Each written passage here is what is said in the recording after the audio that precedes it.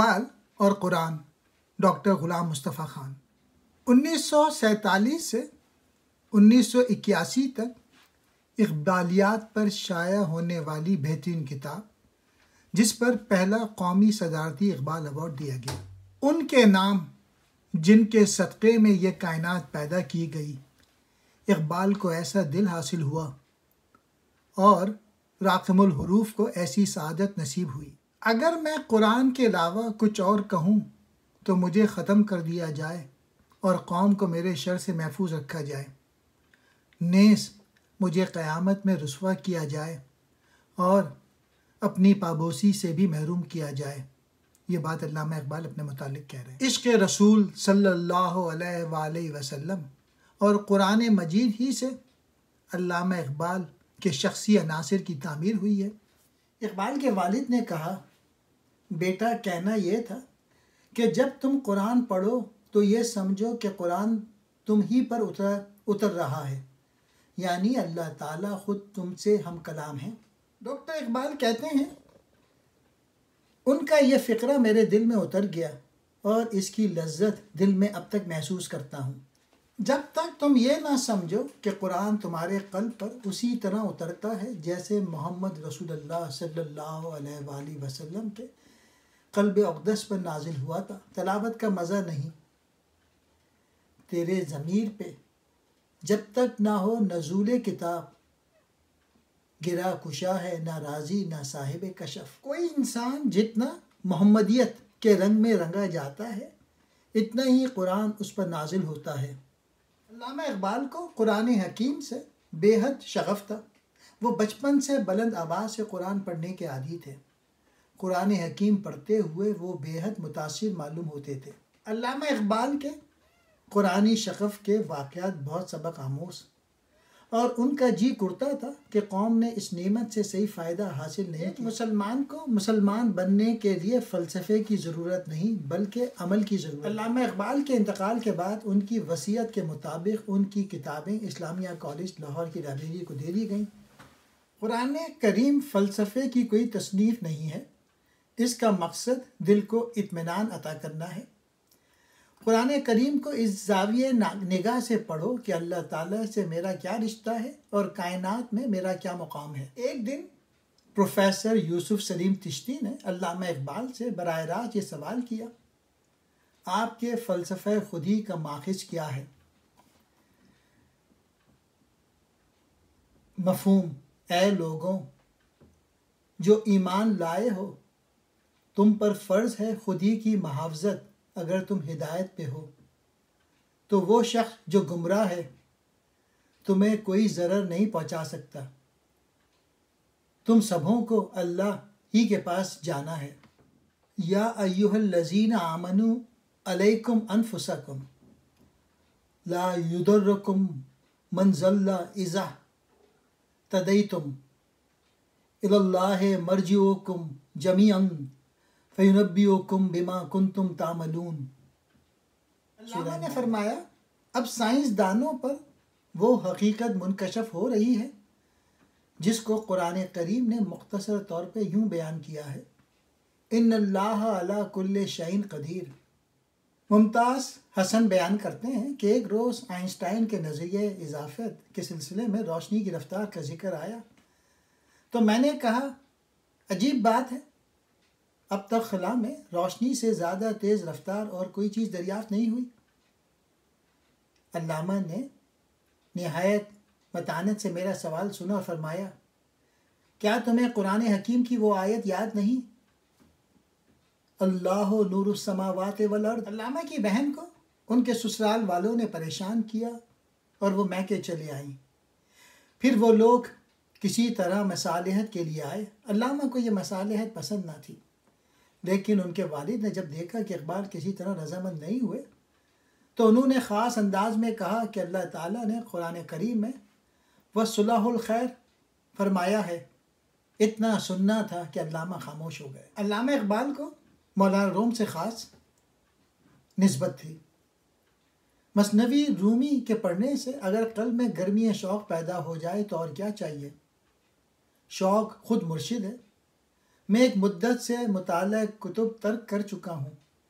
اگر کبھی کچھ پڑھتا ہوں تو صرف قرآن یا مثنوی رومی. افسوس ہے ہم اچھے زمانے میں پیدا نہ ہوئے. کیا غضب ہے کہ اس زمانے میں ایک بھی صاحب سرور نہیں. والذین جاہدوا فینا لنہدینہم سبلنا. جو لوگ ہمارے بارے میں کوشش کرتے ہیں ہم ضرور انہیں اپنی راہ دکھائیں گے. سورۃ العنکبوت سے کیا مراد ہے؟ علامہ نے فرمایا تمام علوم و کمالات اور مقاصد عالیہ جو نوع انسان کے لیے کسی نہ کسی جہت سے مفید ہوں ان کے حصول کی صحیح جہاد فی سبیل اللہ میں داخل ہے. ہر مخلوق کو اپنی نماز اور تسبیح کا علم ہے. ان آیتوں سے ثابت ہے کہ ہر شے کو علم اس کے حال کے مطابق عطا ہوا ہے.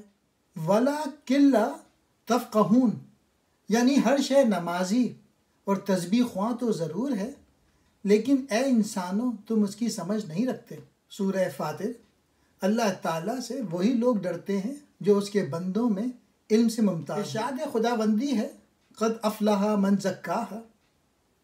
جس نے اپنے نفس کا تزکیہ کر لیا اس پر اس علم کے دروازے کھول دیے جاتے ہیں. میں نے کہا تزکیہ نفس کا طریقہ کیا ہے؟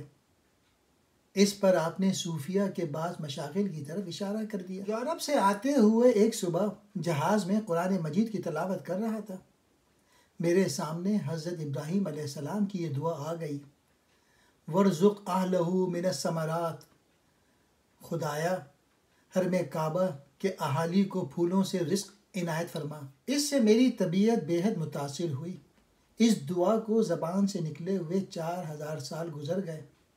تمام اسلامی ممالک ایران، عراق، شام، افغانستان، بیروت، ترکی وغیرہ جو حرم کعبہ سے روحانی تعلق رکھتے ہیں پھولوں کے رزق سے معمور ہیں اور غیر اسلامی دنیا یورپ، امریکہ وغیرہ اس نعمت خداوندی سے محروم. سبحان اللہ. محمد حسین عرشی آگے چل کے لکھتے ہیں ایک دفعہ اسلام یا مسلم کی تعریف میں علامہ اقبال نے ایک بلیغ تقریر فرمائی جس کو میں بمشکل سمجھ سکا.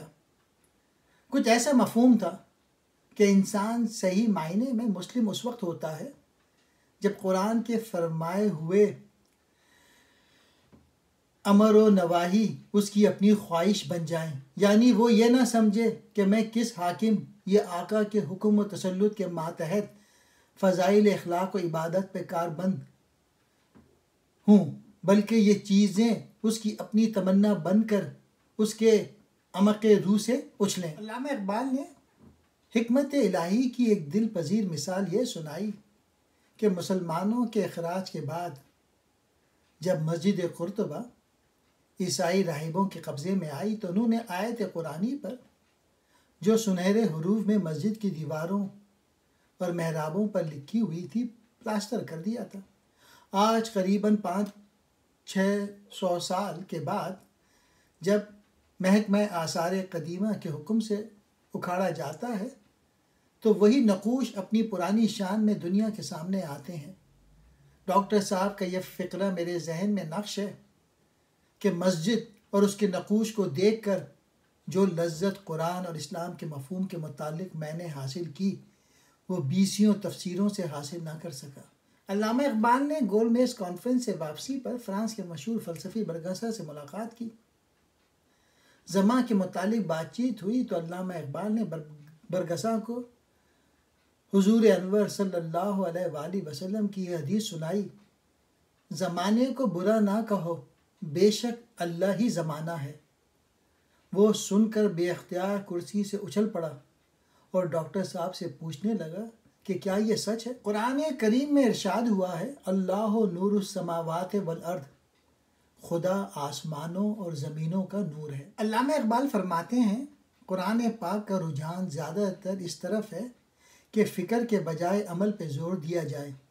شاعری سے مقصود صرف یہ ہے کہ خیالات میں انقلاب پیدا ہوں اور بس. قوم کی زندگی کے لیے اس کا اور اس کے لٹریچر کا آپٹمسٹک ہونا ضروری ہے. غلام قوم مادیت کو روحانیت پر مقدم سمجھنے پہ مجبور ہو جاتی ہے۔ حقیقی اسلامی خودی میرے نزدیک اپنے ذاتی اور شخصی میلانات، رجحانات اور تخیلات کو چھوڑ کر اللہ تعالیٰ کے احکام کا پابند ہو جانا ہے، اس طرح پر کہ اس پابندی کے نتائج سے انسان بالکل لاپرواہ ہو جائے اور محض رضا و تسلیم کو اپنا شعار بنائے۔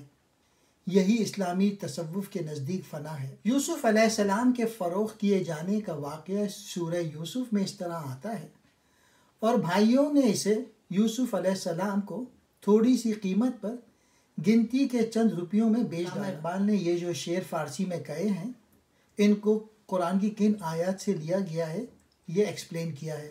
مجھے چونکہ فارسی نہیں آتی تو میں اس کو نہیں پڑھ رہا، میں صرف ان قرآنی آیات کو پڑھ رہا ہوں۔ پھر جب موسیٰ نے اپنی میعاد پوری کر دی اور اپنی بیوی کو لے کر چلے، طور کی طرف سے ایک آگ دیکھی، اپنی اہلیہ سے کہا تم ٹھہرو، مجھے طور کی طرف سے ایک آگ نظر پڑی ہے، شاید میں وہاں سے کچھ خبر لاؤں یا تمہارے لیے کوئی آگ کی چنگاری لاؤں کہ تم تاپو۔ وہ بولے کہ اس ابراہیم کو جلا دو اور اپنے خداؤں کی مدد کرو اگر تمہیں کرنا ہے۔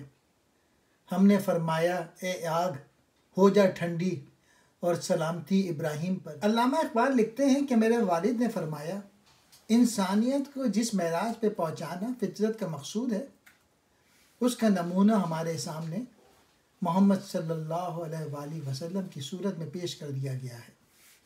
حضرت آدم سے لے کر حضرت عیسیٰ تک ہر نبی میں محمد صلی اللہ علیہ وآلہ وسلم کے مختلف مدارج تھے۔ وہ سلسلہ گویا محمد ان دا میکنگ، تکمیل محمد کے منازل تھے۔ ہر چیز میں نمو کی قوت رکھی گئی ہے اور یہی اس کی زندگی کی دلیل ہے۔ پاکی ہے اسے جس نے سب کے جوڑے بنائے، ان سے جنہیں زمین اگاتی ہے اور خود ان کی جانوں سے اور ان چیزوں سے جن کی انہیں خبر نہیں۔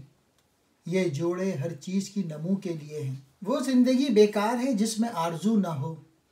ہمت اور استقلال کے ساتھ زندگی کی مشکلات کا مقابلہ کرنا چاہیے۔ وَاصْبِرْ عَلَىٰ مَا أَصَابَكَ إِنَّ ذَلِكَ مِنْ عَزْمِ الْأُمُورِ، اور استقلال اختیار کرو اس پر جو افتاد تجھ پر پڑے، بے شک یہ بڑی ہمت کے کاموں میں سے ہے۔ وَلَا تَهِنُوا وَلَا تَحْزَنُوا وَأَنْتُمُ الْأَعْلَوْنَ إِن كُنتُم مُؤْمِنِينَ، اور نہ سست پڑو اور نہ غم کرو، تم ہی غالب رہو گے اگر تم مومن ہو۔ یہی آرزو انسان کو زندگی بخشتی ہے اور علم و ادراک کی رہنما بن جاتی ہے۔ لا تخف انک انت الاعلی، خوف نہ کر، بے شک تو ہی برتر غالب رہے گا۔ قرآن میں حصول علم کے لیے مختلف مقامات پہ یوں دعا سکھائی گئی ہے کیونکہ زندگی کے لیے ضروری ہے۔ ربی زدنی علما، اے رب بڑھاتا رہ مجھے علم میں۔ من یوت الحکمت فقط اوتیا خیرن کثیرن، جس کو حکمت دی گئی تو گویا اسے دولت کثیر دی گئی۔ جو سارے شعر ہیں فارسی میں یہ علامہ اقبال نے ان ساری آیات سے لیے ہیں۔ حضرت یوسف علیہ السلام نے اپنے بھائیوں کو لا تثریب علیکم اليوم، آج کے دن تم پر کوئی معاوضہ نہیں، کہہ کے معاف کر دیا تھا۔ رحمت العالمین صلی اللہ علیہ وآلہ وسلم نے یہی الفاظ کہہ کر فتح مکہ کے موقع پر سب دشمنوں کو یکلخت معاف فرما دیا تھا۔ کہا آپ کے رب نے فرشتوں کو مجھ کو بنانا ہے زمین میں ایک نائب۔ بولے کیا تو رکھے گا اس میں جو شخص فساد کرے وہاں اور بہائے خون؟ اور ہم پڑھتے ہیں تیری خوبیاں اور یاد کرتے ہیں تیری پاک ذات کو۔ فرمایا جو میں جانتا ہوں تم نہیں جانتے۔ قال ربک للملائکۃ انی جاعل فی الارض خلیفہ، قالوا اتجعل فیہا من یفسد فیہا ویسفک الدماء ونحن نسبح بحمدک ونقدس لک قال انی اعلم ما لا تعلمون۔ اوپر جو شعر ہے علامہ اقبال نے اس قرآنی آیت سے لیا ہے۔ یہ معجزہ شق القمر کی طرف اشارہ ہے۔ پاس آئی قیامت اور شق ہو گیا چاند، حضور انور صلی اللہ علیہ وآلہ وسلم نے اہل مکہ کی درخواست پر چاند شق کر کے دکھایا، اور یہ واقعہ باہر والوں نے بھی مشاہدہ کیا۔ افلاطون نے اپنے استاد سقراط کی طرح اس بات کا اعتراف کیا کہ انسان کو اشیاء کائنات کا علم حاصل تو ہو سکتا ہے، لیکن محض کلیات، جنرل آئیڈیاز، تصورات، کانسیپٹس اور عالمگیر صداقتوں، یونیورسل ٹروتھ کے ذریعے ہے۔ لیکن چونکہ یہ اشیاء ہر وقت تغیر پذیر رہتی ہے، اس لیے ان کا علم حقیقی اور اصلی نہیں، صرف آیان، آئیڈیاز کا علم حقیقی ہو سکتا ہے۔ چنانچہ دنیا میں جو کچھ نظر آتا ہے وہ لائق اعتبار نہیں۔ گویا افلاطون نے علم موجودات کا انکار اور علم غیر محسوس کا اثبات کیا۔ اس فلسفے کی وجہ سے مسلمانوں میں بے عملی پیدا ہوئی، جس کی اقبال نے سخت مذمت کی ہے۔ هو الذی خلق لکم ما فی الارض جمیعا، وہی ہے جس نے پیدا کیا تمہارے لیے جو کچھ زمین میں ہے سب کا سب۔ جب ہر چیز انسان کے لیے پیدا کی گئی ہے تو اسے اس کا برتنا بھی ہے اور ہاتھ پاؤں توڑ کے بیٹھنا جائز نہیں۔ افلاطون کے مذکورہ بالا خیالات نے اوحدی بابا فغانی اور محمود شبستری جیسے صوفیہ کو بھی متاثر کیا، اور انہوں نے نفی خودی کے راگ الاپے۔ اسی کا ذکر اقبال نے اس طرح کیا: زندگی مضمون تسخیر است و بس، آرزو افسون تسخیر است و بس۔ انسانی زندگی کی صلاحیتوں کو بیدار کرنے کے لیے اللہ پاک نے قرآن حکیم میں یہاں تک فرمایا: وَسَخَّرَ لَكُم مَّا فِي السَّمَاوَاتِ وَمَا فِي الْأَرْضِ جَمِيعًا مِّنْهُ إِنَّ فِي ذَلِكَ لِآيَاتٍ لِقَوْمٍ يَتَفَكَّرُونَ، اور مسخر کر دیا تمہارے لیے جو کچھ آسمانوں، فکر اور زمین میں ہے سب کا سب، اس میں فکر کرنے والوں کے لیے نشانیاں ہیں۔ اس آیت میں اللہ پاک نے انسان کو بشارت دی ہے کہ وہ سب کچھ پر جو آسمانوں کے اندر اور زمین کے اندر ہے قبضہ کرنے کی صلاحیت رکھتا ہے۔ اس طرح انسانی زندگی کی تمام صلاحیتیں بیدار کی گئی ہیں۔ بے شک ہم نے بنایا ہے جو کچھ زمین پر ہے، اس کی رونق تاکہ جانچیں لوگوں کو کہ کون ان میں اچھا کرتا ہے کام۔ قرآن حکیم میں ارشاد ہے: اور شاعروں کی پیروی گمراہ کرتے ہیں، کیا تم نے نہیں دیکھا کہ وہ ہر نالے میں سرگرداں پھرتے ہیں اور وہ کہتے ہیں جو خود نہیں کرتے۔ علامہ نے بھی بے عمل اور قوم کو بے عمل بنانے والے شاعروں کی مذمت کی ہے۔ بے شک نماز منع کرتی ہے بے حیائی اور بری بات سے، اور بے شک اللہ کا ذکر سب سے بڑا ہے، اور اللہ جانتا ہے جو تم کرتے ہو۔ اور یہ جو دو شعر ہیں علامہ اقبال نے اوپر والی آیت سے لیے ہیں۔ سن رکھو جو لوگ اللہ کی طرف ہیں، نہ ڈر ہے ان پر اور نہ وہ غم کھائیں۔ الا ان اولیاء اللہ لا خوف علیہم ولا هم یحزنون۔ حضرت ابراہیم علیہ السلام نے حضرت اسماعیل علیہ السلام کے حلق پہ چھری رکھی، اس کی طرف قرآن حکیم میں یوں ارشاد ہے: پھر جب دونوں نے حکم مانا اور پچھاڑا ابراہیم علیہ السلام نے اس کو ماتھے کے بل، اور اطاعت کرو اللہ کی اور اس کے رسول کی، اور آپس میں نہ جھگڑو ورنہ پھر کمزور ہو جاؤ گے اور جاتی رہے گی تمہاری ہوا، اور صبر کرو بے شک اللہ صبر کرنے والوں کے ساتھ ہے۔ یہ وہ ساری قرآنی آیات ہیں جن کو علامہ اقبال نے شعروں میں بیان کیا ہے۔ میں ان کو نہیں پڑھ پا رہا ہوں کہ وہ فارسی میں ہیں، میں صرف ترجمہ پڑھ رہا ہوں ان آیات کا۔ ہرگز نہ پہنچو گے نیکی کی حد کو جب تک نہ خرچ کرو اس میں سے جس سے تم محبت رکھتے ہو، اور جو چیز خرچ کرو گے سو اللہ کو معلوم ہے۔ وہ کہ اگر ہم ان کو مقدور دین ملک میں کھڑی کریں نماز اور دیں زکوٰۃ، اور امر کریں بھلے کام کا اور منع کریں برے کام سے، اور اللہ کے اختیار ہے آخر ہر کام کا۔ اس تسلسل میں اقبال فرماتے ہیں: نوح انسان راہ بشیرو ہم نذیر، ہم سپاہی ہم سپاہ گر ہم امیر، فقط جاءکم بشیروں و نذیر واللہ علی کل شیء قدیر۔ سو آ چکا تھا تمہارے پاس خوشی اور ڈر سنانے والا، اور اللہ ہر چیز پر قادر ہے۔ انا ارسلناک بالحق بشیرا و نذیرا، اور ہم نے آپ کو بھیجا حق بات لے کر خوشی اور ڈر سنانے کو، اور بے شک ہمارا لشکر اہل ایمان ہی غالب آئے گا۔ وَعَلَّمَ آدَمَ الْأَسْمَاءَ كُلَّهَا، اللہ تعالیٰ نے آدم کو تمام اشیاء کے نام سکھائے۔ پاکی ہے اسے جو اپنے بندے حضور انور صلی اللہ علیہ وآلہ وسلم کو راتوں رات لے گیا مسجد حرام سے مسجد اقصی تک، جس کے گرد ہم نے برکت رکھی کہ ہم نے اسے اپنی عظیم نشانیاں دکھائیں۔ بے شک وہ سنتا دیکھتا ہے۔ موسیٰ علیہ السلام کے عصا کا ذکر سورہ طٰہٰ میں ہے۔ فرمایا اللہ پاک نے، اور اپنا ہاتھ اپنے بازو سے ملا، خوب سفید نکلے گا بے کسی مرض کے۔ حضرت موسیٰ علیہ السلام کے واقعے کا قرآن حکیم میں یوں بیان ہوا ہے، اور بے شک ہم نے موسیٰ کو وحی کی کہ راتوں رات میرے بندوں کو لے چل اور ان کے لیے دریا میں سوکھا راستہ نکال دے، تجھے ڈر نہ ہوگا کہ فرعون آ لے اور نہ خطرہ۔ وما خلقت الجن والانس الا لیعبدون، اور میں نے نہیں پیدا کیے جن اور انسان مگر صرف اپنی عبادت کے لیے۔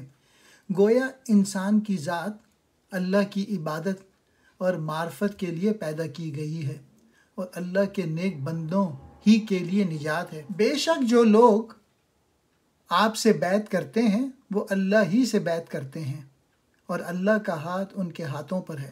جس دن نہ کام آئے گا کوئی مال نہ بیٹے، مگر جو آیا اللہ کے پاس قلب سلیم لے کے۔ ہم نے لیا رنگ اللہ کا، اور کس کا رنگ ہے اللہ سے بہتر، اور ہم اسی کی بندگی پر ہیں۔